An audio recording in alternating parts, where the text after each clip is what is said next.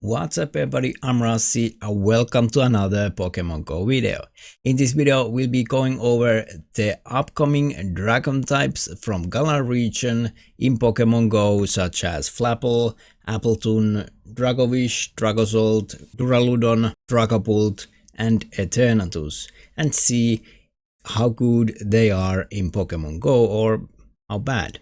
Now we still don't have the release date for this Pokemon, but since we know their stats and some info about their moves, we can predict what they are going to be. Let's take a look.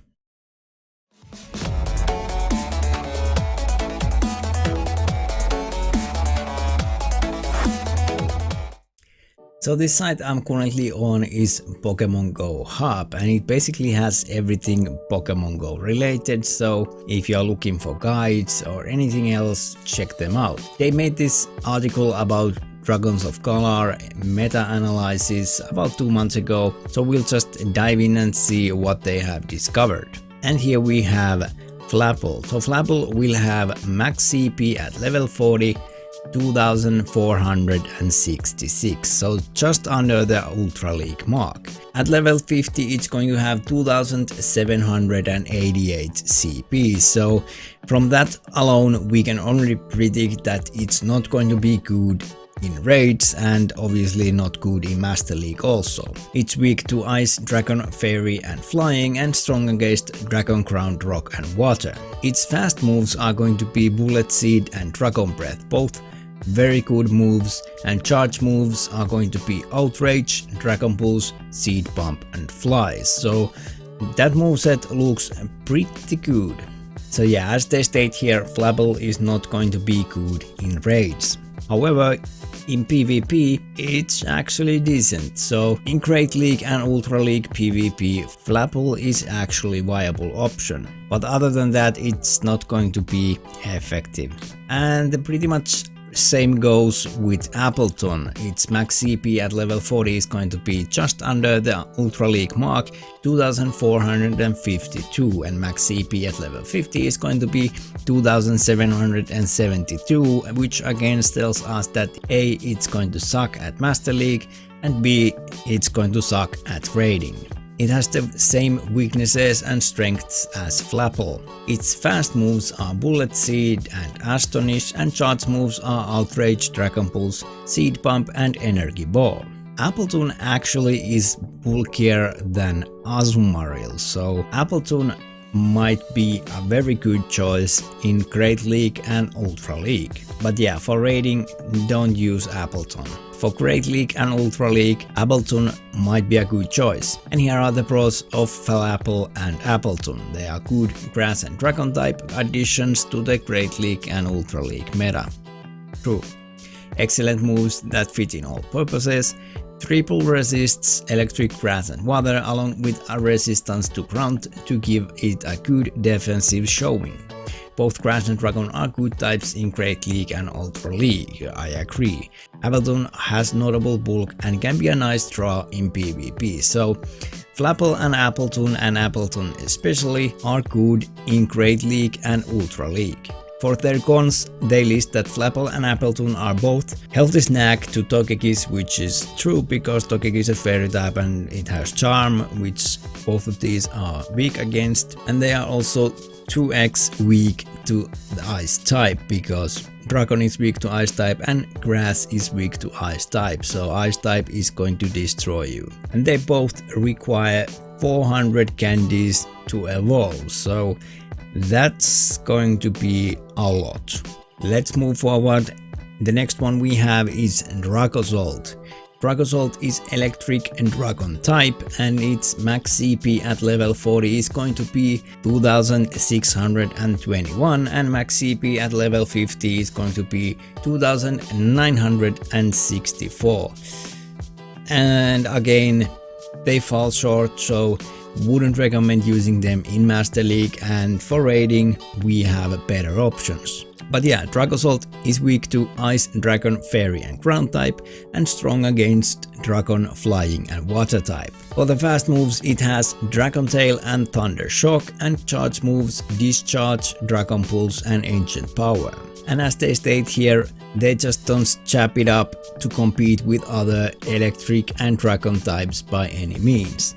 The pros of Dracozolt are access to good fast moves that give it some potential, has a powerful exclusive move named Bolt Peak that with the right stats can improve Dracozolt as an electric type, but that move we still don't know what it's going to be, so we'll have to wait and see how it actually changes in Dracozolt. I don't know what's the deal with Togekiss and the writer of this article, but it seems that Dracozolt can beat Togekiss in the Ultra League, and it destroys Azumarill in all shield situations of the Great League.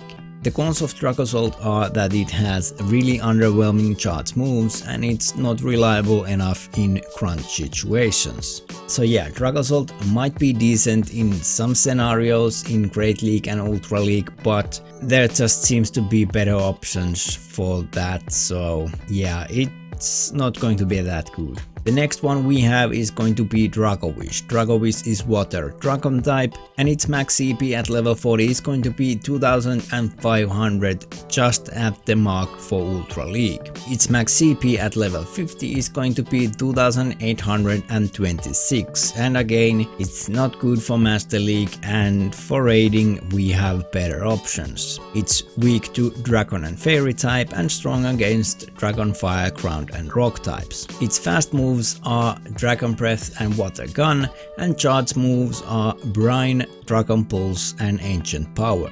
And as they state here, at the moment Dracovish won't make any waves or steer any scales in the meta, which means that it's not going to be good at raiding. It does have a signature move, Fisher's Rend, which we'll have to wait and see what it actually does to Dracovish. And it seems that Dracovish is not going to be good in PvP. Now, even though Dracovish has an excellent dual typing of Water and Dragon, it has really underwhelming charge moves and it's not reliable at all in crunch situations. And yeah, most people don't even know that Brine exists in the game. I didn't know. Like whoever uses Brine as a charge move. So yeah, even though Dracovish was one of my favorite in Pokemon Sword and Shield, sadly it's not going to be any good in Pokemon Go unless Fisher's Rend is getting some insane stats, but yeah, that we have no idea about. Next we have Duraludon. Duraludon is Steel and Dragon type. Its max CP is going to be 3067 at level 40 and max CP at level 50 is going to be 3468, so that's a little bit better already. It's weak to Crown of Fighting and strong against Dragon, Fairy, Ice and Rock types. Its fast moves are going to be Dragon Tail and Metal Claw, and charge moves Flash Cannon, Dragon Claw and Hyper Beam. And once again, this Duraludon is not good in raids. It's sad, but there are better options to use, so what you gonna do? But in PvP, Duraludon is actually good. It has 70+ win rate in both Ultra League and Master League with Dragon Tail as its fast move. So yeah, Steel and Dragon type is going to be a powerful combination, and yeah, Duraludon can actually handle itself in PvP. I'm not sure about Great League though because of its high stats, but at least in Ultra League and Master League it's going to be a decent option. The pros of Duraludon is going to be that it beats Dragonite and Togekiss and Kyogre, among other cool wins. It has good overall Master League performance, it's a reliable Dragon Tail user, and it's a dragon with Steel subtyping that makes it a great asset. The cons for Duraludon are that it has access to better moves in the main series games that it doesn't learn in Pokemon Go now. And its good attack stat is wasted in raids because of the poor moves Duraludon has. So definitely keep Duraludon in mind when you are thinking about Ultra League and Master League teams. But for raiding, yeah, it's not good. The next one we have is Dragapult. Dragapult is Dragon and Coast type. Its max CP at level 40 is 3532 and its max CP at level 50 is going to be 3993, which is pretty high. It's weak to Dragon, Ice, Fairy, Dark and Coast types and strong against only Dragon, Coast and Psychic types, so it does have a lot of weaknesses. Its fast moves are going to be Dragon Tail and Hex, and its charge moves are going to be Outrage, Dragon Pulse and Shadow Ball. And finally we have a good Pokemon for raiding. Dragapult is going to be better in raids than Dragonite and Garchomp. It's not as good as Salamence, but I mean, if it's better than Dragonite and Garchomp, that means it's pretty good. From the Coast side, Dragapult is the best non-mega, non-shadow ghost in the game, and that is huge. While Gengar and Chandelure still deal more DPS, Dragapult has higher TDO and better overall performance, so definitely look for this Pokemon if you are in need for some good raiding Pokemon, because Dragapult definitely is going to be a good choice for raiding. Dragapult even has its own signature move, Dragon Darts, which we currently don't know what it's going to be, but usually community day moves or the signature moves are pretty good, so Dragapult might become even better with its community day move. However, when it comes to PvP, Dragapult is not your choice. Yes, it can gain wins against the likes of Metagross, Excadrill, Mewtwo and Landorus Therian form in the Master League, but it suffers from the same problems as Salamence and Chandelure. Good PvE but decent PvP moves and low bulk. Dragapult is not going to be good in PvP. The pros of Dragapult are it has outstanding offensive typing of Dragon and Coast, where it excels in both. It has excellent attack stat, which makes it a DPS monster. Its movesets are extremely TM efficient, and it has a very interesting signature move that can propel Dragapult to greater heights, but that we'll have to wait and see. The cons of Dragapult are that it has underwhelming bulk and its moveset combos aren't PvP friendly. So yeah, Dragapult definitely for raiding, but not so much for PvP. And the next one we have is this beast, Eternatus. Poison and Dragon type, its max CP at level 40 is going to be 4429 and its max CP at level 50 is going to be 5007, over 5000. It's weak to Dragon, Ice, Ground and Psychic and strong against Dragon, Fairy and Grass. Its fast moves are going to be Dragon Tail and Poison Jab, and charge moves Dragon Pulse, Cross Poison and Flamethrower. As you probably guessed from that insane CP it's going to have, it's going to be one of the best Pokemon in the entire game. And it also has a signature move, Dynamax Cannon, which we don't know nothing about, but it might be awesome. When it comes to raiding, Eternatus doesn't learn Outrage in the main series games. It learns Dragon Pulse and Dragon Meteor among the currently available Dragon type charge moves in Go, and it got Dragon Pulse. So yeah, because of Dragon Pulse, Eternatus is only going to be decent in raiding. But in PvP, check this out. This is insane. Like this is insane. In the Master League, Eternatus will win almost every Pokemon. It has 399 wins, which gives it a 96.1% win rate in the Open Master League. It loses only to 16 of the Pokemon in the game. So in Master League Classic, it has win rate of 95.7%. So I mean, these numbers are insane. Eternatus is going to be the new king Pokemon for Master League. And that's not all, because there is Eternamax Eternatus. Eternamax Eternatus has max CP at level 40, 8187, and its max CP at level 50 is going to be over 9000. It's over 9,000! What, 9,000? There's no way that can be right, can it? I think it's right.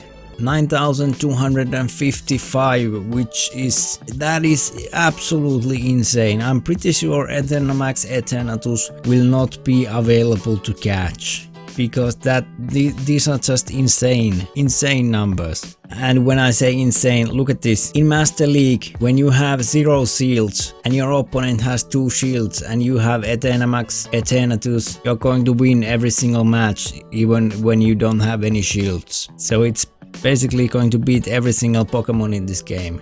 That's how insane it is. So yeah, I'm pretty sure that you cannot catch Dynamax Eternatus because it would make any other Pokemon in this game totally obsolete. And then last but not least, we have the newest addition to the Regi family, Regidrago, which is just Dragon type. Its max CP at level 40 is going to be 2973 and its max CP at level 50 is going to be 3361. It's weak to Dragon Ice and Fairy type and strong against Dragon type. For fast moves, it has only currently listed one fast move, which is Bite, and charge moves are Outrage, Dragapult and Hyper Beam. And as it states here, Regidrago sadly is not going to make any difference in raiding. And when it comes to PvP, Regidrago is not going to be good. The pros of Regidrago is that it does have the potential to get Dragon Breath and Dragon Claw in the future. It has an extremely powerful signature move named Dragon Energy in the main series games. It has a lot of HP and it looks cool. Its cons, however, are that it's left almost unusable now, and it does not have same type attack bonus fast move or low energy charge move, which makes it really bad for PvP.